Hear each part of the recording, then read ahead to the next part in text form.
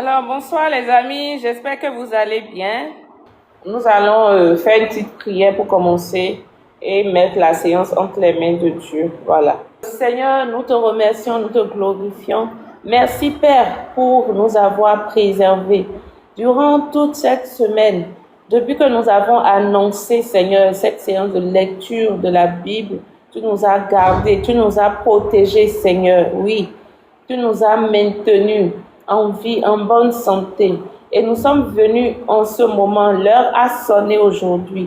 Que ta gloire se manifeste pendant ce que nous allons faire. Seigneur, prends total contrôle, oui, de ce que moi-même je lirai et de ce que je vais résumer. Ensuite, de ce que chacun entendra et gardera et notera et des différents échanges que nous pourrions faire par la suite à partir de ces lectures. Au nom de Jésus, j'ai prié. Amen. Alors, nous allons commencer. La Bible est divisée en deux parties. On sait tous qu'il y a l'Ancien Testament et le Nouveau Testament. Voilà. Nous allons commencer donc par l'Ancien Testament. Genèse 1, les temps anciens. Chapitre 1. Les temps anciens jusqu'à Abraham. Création du monde. Au commencement, Dieu créa les cieux et la terre. La terre était informe et vide. Il y avait des ténèbres à la surface de l'abîme. Et l'Esprit de Dieu se mouvait au-dessus des eaux. Dieu dit que la lumière soit, et la lumière fut. Dieu vit que la lumière était bonne, et Dieu sépara la lumière d'avec les ténèbres. Dieu appela la lumière jour, et il appela les ténèbres nuit. Ainsi, il eut un soir et il eut un matin. Ce fut le premier jour. Dieu dit qu'il y ait une étendue entre les eaux et qu'elle sépare les eaux d'avec les eaux. Dieu fit l'étendue et il sépara les eaux qui sont au-dessous de l'étendue d'avec les eaux qui sont au-dessus de l'étendue. Et cela fut ainsi. Dieu appela l'étendue ciel. Ainsi il eut un soir et il eut un matin. Ce fut le second jour. Dieu dit que les eaux qui sont au-dessus du ciel se rassemblent en un seul lieu et que le sec paraisse. Et cela fut ainsi. Dieu appela le sec terre et il appela l'amas des eaux mer. Dieu vit que cela était bon. Puis Dieu dit que la terre produise de la verdure, de l'herbe, portant de la semence, des arbres fructueux, donnant du fruit selon leur espèce, et ayant en eux leur semence sur la terre. Et cela fut ainsi. La terre produisit de la verdure, de l'herbe portant de la semence selon son espèce, et des arbres donnant du fruit et ayant en eux leur semence selon leur espèce. Dieu vit que cela était bon. Ainsi, il y eut un soir, il y eut un matin, ce fut le troisième jour. Si on va résumer ce qu'on a lu jusque-là, on note que au premier jour, Dieu a créé la lumière. La lumière a permis de séparer le jour de la nuit. Puisqu'au départ, la terre était totalement remplie d'eau et on dit que l'Esprit de Dieu mouvait au-dessus de l'abîme. Imaginez l'abîme profond. C'est comme les océans qui étaient partout sur la terre. Il n'y avait aucune terre ferme. Et donc, tout était noir, sombre. Dieu créa donc la lumière au premier jour pour séparer le jour d'avec la nuit. Donc ça, c'est le premier jour. Et il créa le ciel. Donc il sépara les eaux d'en bas des eaux d'en haut.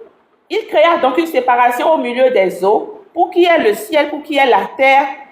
Dans certaines versions, on parle du firmament. Le firmament, c'est un peu l'atmosphère que nous avons.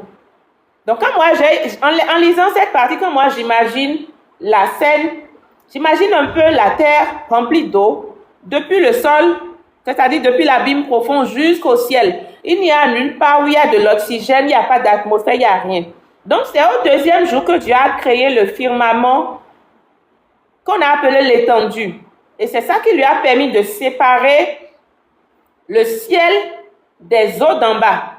Donc, il y avait eu les eaux d'en haut et les eaux d'en bas. Et donc, il y a eu maintenant le firmament, l'atmosphère qui nous permet d'avoir l'air que nous respirons, d'avoir l'oxygène. Voilà, ça c'est au deuxième jour. Au troisième jour, Dieu a dit à la terre ferme de ressortir. Et la terre ferme est ressortie des eaux qui étaient sur la terre. La terre était remplie d'eau partout. Au troisième jour, Dieu dit que la terre ferme sorte. Et la terre ferme est sortie des eaux qui avaient rempli la terre. Et sur cette terre ferme, Dieu a demandé aux plantes de germer avec leurs propres semences. Et les plantes ont germé sur la terre ferme avec leurs semences. Et ce fut le troisième jour. Voilà. Nous continuons donc notre lecture. On dit ensuite, Dieu dit qu'il y a des luminaires dans l'étendue du ciel pour séparer le jour d'avec la nuit. Que ce soit des signes pour marquer les époques, les jours et les années. Et qu'ils servent de luminaires dans l'étendue du ciel pour éclairer la terre, pour présider au jour et à la nuit, et pour séparer la lumière d'avec les ténèbres. Dieu vit que cela était bon. Ainsi, il y eut un soir et il y eut un matin. Ce fut le quatrième jour. Dieu dit que les eaux produisent en abondance des animaux vivants, et que des oiseaux volent sur la terre vers les grands poissons et tous les animaux vivants qui se meuvent, et que les eaux produisirent en abondance selon leur espèce. Il créa aussi tout oiseau ailé selon son espèce. Dieu vit que cela était bon. Dieu les bénit en disant, « Soyez féconds, multipliez et remplissez les eaux des mers, et que les oiseaux multiplient sur la terre. » Ainsi, il y eut un soir et il y eut un matin. Ce fut le cinquième jour. Donc, nous continuons donc de résumer rapidement. Au premier jour, Dieu créa la lumière. Ensuite, au deuxième jour, Dieu créa une étendue qui permit de séparer le ciel de la terre. Et donc, ce fut le deuxième jour. Au troisième jour, donc, Dieu donna à la terre ferme de surgir de l'abîme. Et la terre ferme a surgi au troisième jour. Et il dit encore pendant ce jour à la terre ferme de germer avec des semences de toutes sortes. Et la végétation est venue sur la terre avec des semences de toutes sortes. Voilà.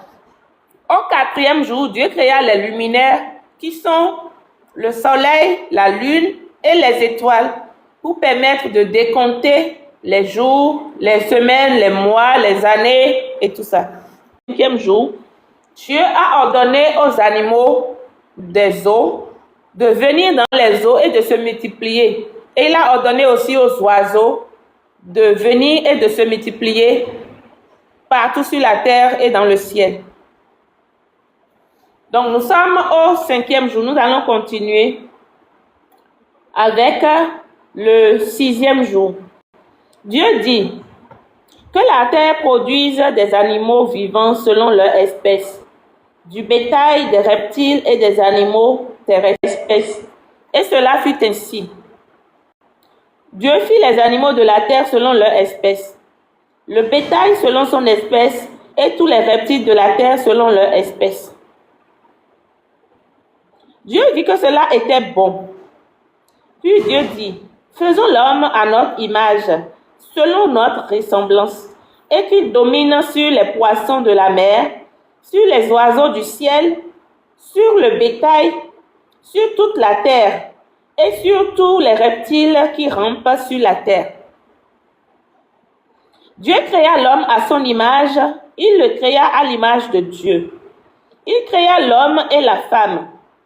Dieu les bénit et Dieu leur dit, soyez féconds, multipliez, remplissez la terre et l'assujettissait, et dominait sur les poissons de la mer, sur les oiseaux du ciel et sur tout animal qui se meut sur la terre. C'est donc au 6e jour que Dieu a créé les animaux de la terre. Tout ce qui est bétail, tout ce qui est reptile, tout animal de la terre a été créé au 6e jour. Et après avoir créé les animaux, Dieu a dit, créons l'homme à notre image. Il a dit, créons l'homme à notre image, ce qui suppose qu'il n'était pas totalement seul. Avec le temps, nous allons revenir sur ces aspects. Et il a ordonné à l'homme de se multiplier, de remplir la terre et de régner, de dominer sur tout ce qu'il a créé avant lui. Donc tout ce que Dieu a créé avant l'homme, l'homme a le droit de régner et de dominer sur tout ça. D'accord? Dieu les bénit et Dieu leur dit, soyez féconds, multipliez, remplissez la terre et l'assujettissez et dominez sur les poissons de la mer, sur les oiseaux du ciel et sur tout animal qui se meut sur la terre. Ensuite Dieu dit, voici, je vous donne toute herbe portant de la semence et qui est à la surface de toute la terre, et tout arbre ayant en lui du fruit d'arbre et portant de la semence, ce sera votre nourriture.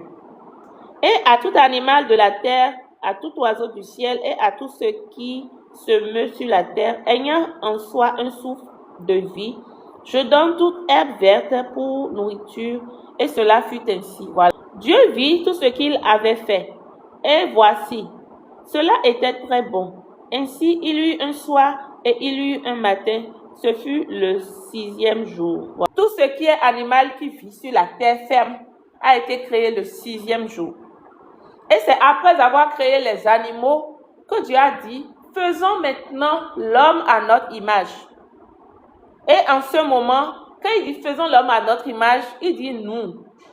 Est-ce que c'est le nous qu'on utilise quand on veut se donner soi-même de la valeur dans un dossier où on dit le nous impersonnel, comme on dit, ou bien est-ce que c'est le nous pour dire plusieurs?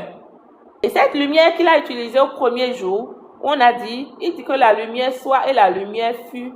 Cette lumière qui était là au commencement, c'est bien Jésus-Christ. Parce que plus tard, quand nous allons continuer dans notre lecture dans Jean 1, nous allons voir qu'on a dit qu'au commencement, la lumière était là et que les hommes ont rejeté la lumière. Ils ne l'ont pas reconnue. Et que la lumière est la parole de Dieu. Si la lumière est la parole de Dieu, que la lumière était là au commencement, ça veut dire que c'est cette lumière du commencement qui est Jésus, que Dieu a utilisée pour donner vie à toute chose sur terre. Si nous avons une vie, nous avons le souffle que nous respirons et que nous n'acceptons pas Jésus, c'est comme si nous rejetons notre propre vie. Voilà. Et donc Jésus est cette vie que Dieu a mis dans toute chose qu'il a créée et surtout dans l'homme, parce qu'il a dit, créons l'homme à notre image. Ça veut dire qu'au moment de créer l'homme, il a créé l'homme avec tout ce que lui-même il est en tant que Dieu. Le Dieu 3 fois saint est en nous. Il l'a créé en nous. Ça veut dire que tout ce qu'il est en tant que Dieu, il l'a mis en nous. Dieu lui-même et Jésus-Christ, son Fils et le Saint-Esprit, nous les portons.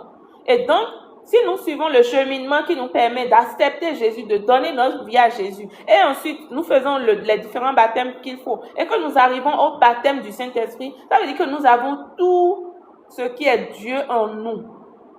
Quand nous sommes d'abord créés, nous avons Dieu en nous. Mais quand nous avons accepté Jésus, nous choisissons le cheminement qui nous permet de reconnaître que Jésus est la vie qui est en nous et que nous devons suivre lui et lui seul pour aller vers le Père tel qu'il l'a dit. Et quand nous arrivons à voir le baptême du Saint-Esprit, nous sommes au complet à présent. Nous avons la Trinité de Dieu en nous et nous avons plein pouvoir pour pouvoir dominer sur tout ce qui est au-delà de la terre. Parce que quand Dieu nous a créés en tant qu'hommes sur terre, il a dit de dominer sur tout ce qu'il a créé sur terre. Mais il y a des forces surnaturelles qui sont dans la nature. Et donc, désormais, quand nous avons l'Esprit Saint en nous, et nous avons Dieu au complet en nous, et nous dominons désormais sur toute chose au-delà de la terre. Et c'est notre foi qui nous permet de dominer ainsi effectivement, et que nous puissions amener les choses à réalisation. Je vous remercie pour l'attention, pour l'écoute. et on dit à très très bientôt.